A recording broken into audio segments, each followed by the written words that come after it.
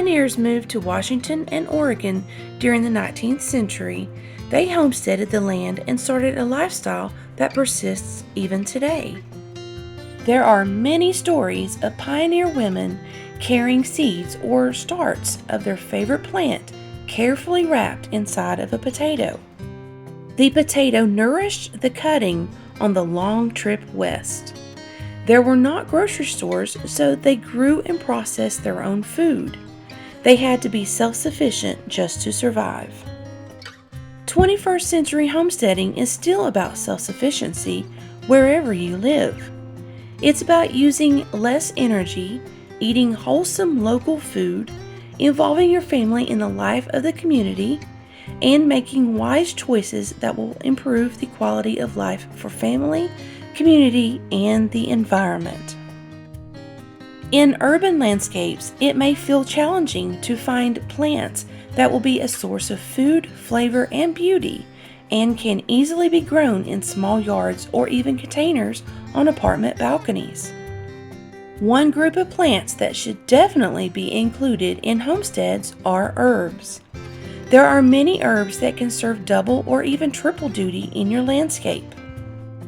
Herbs can be used not just for human medicine, but they can also be used to medicate animals. They can be used to attract bees, which will pollinate your vegetables or other herbs. They can be used for culinary purposes.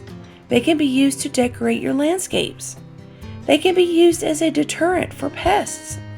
They can also be used for purposes of skincare, hair care, perfume, or in spiritual practices.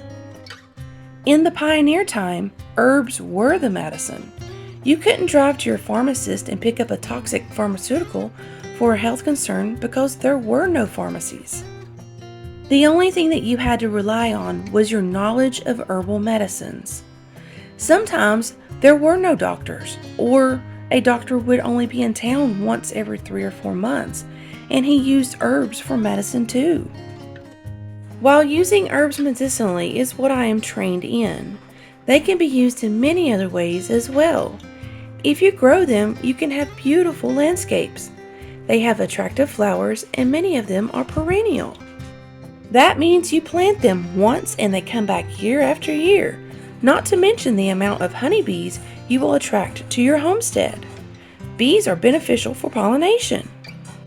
Or maybe you just simply want to go to your yard, pull a sprig of oregano, sage, or parsley to add to your dishes as a culinary spice.